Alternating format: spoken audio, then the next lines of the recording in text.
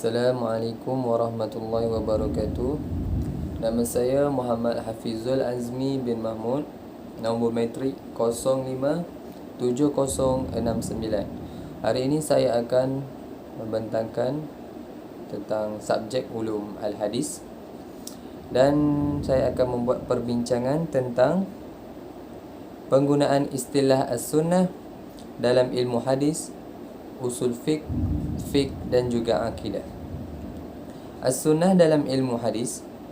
Ulama hadis, sunnah adalah apa juga yang disandarkan kepada Rasulullah sallallahu alaihi wasallam dari segi perkataan, perbuatan, perakuan, sifat fizikal dan akhlak, sama ada sebelum dilantik menjadi rasul atau sesudahnya. Takrif yang diberikan oleh ulama hadis lebih diberi keutamaan kerana ia merangkumi seluruh kehidupan Rasulullah sallallahu alaihi wasallam. Sunnah dalam pengertian ini adalah sama dengan maksud al-hadis. Kesimpulannya, pada hakikatnya al-hadis dan as-sunnah mengandungi pengertian yang sama, dan jika ada perbezaan hanya pada istilah dan skop pemakaiannya sahaja.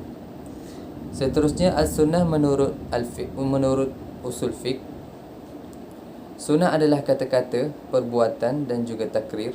Mereka mengkaji hadis sebagai sumber hukum syariat seperti wajib, haram, sunat dan juga makruh. Seterusnya, istilah as-sunnah menurut akidah. Sunnah menurut akidah pula adalah autonim bagi bid'ah.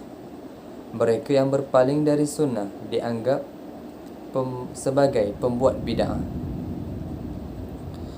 Dan seterusnya, istilah al-sunnah menurut fiqh.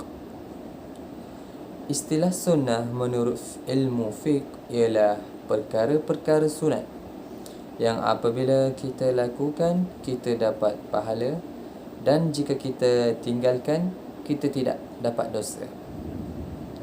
Dan seterusnya, perbezaan hadis riwayah dan dirayah. Hadis riwayah. Hadis riwayah adalah suatu pengetahuan yang disandarkan kepada junjungan besar Nabi kita, Nabi Muhammad sallallahu alaihi wasallam, secara khusus sama ada perkataan, perbuatan, takrir, sifat dan juga tingkah laku. Pengumpul hadis riwayah. Imam Muhammad bin Shihab al-Zuhri. Beliau adalah individu yang menjadi perintis terbentuknya pengajian hadis secara riwayah.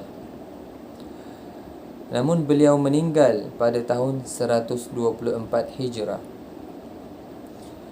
Hadis dirayah pula ialah suatu ilmu untuk mengetahui keadaan sanad dan matan, sama ada diterima atau ditolak, serta perkara yang berhubung kait dengannya. Antara pengumpul hadis dirayah, Qadi Abu Muhammad Al-Hasan Ibni Abdul Rahman Al-Ramah Ramuzi. Beliau meninggal pada tahun 360 Hijrah. Seterusnya, perkembangan ilmu hadis riwayah dan dirayah di zaman sahabat radhiyallahu anhu. Hadis riwayah.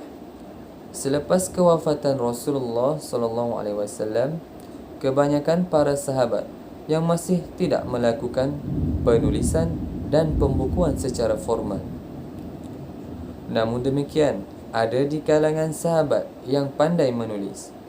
Maka bermula kegiatan para sahabat dalam penulisan dengan secara mengajar dan juga mempelajari.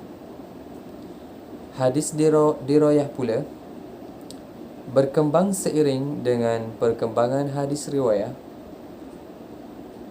Sekitar 40 tahun selepas hijrah, telah timbul fitnah dipelopori golongan Syiah dan golongan As-Sabaiyah. Sekian daripada saya.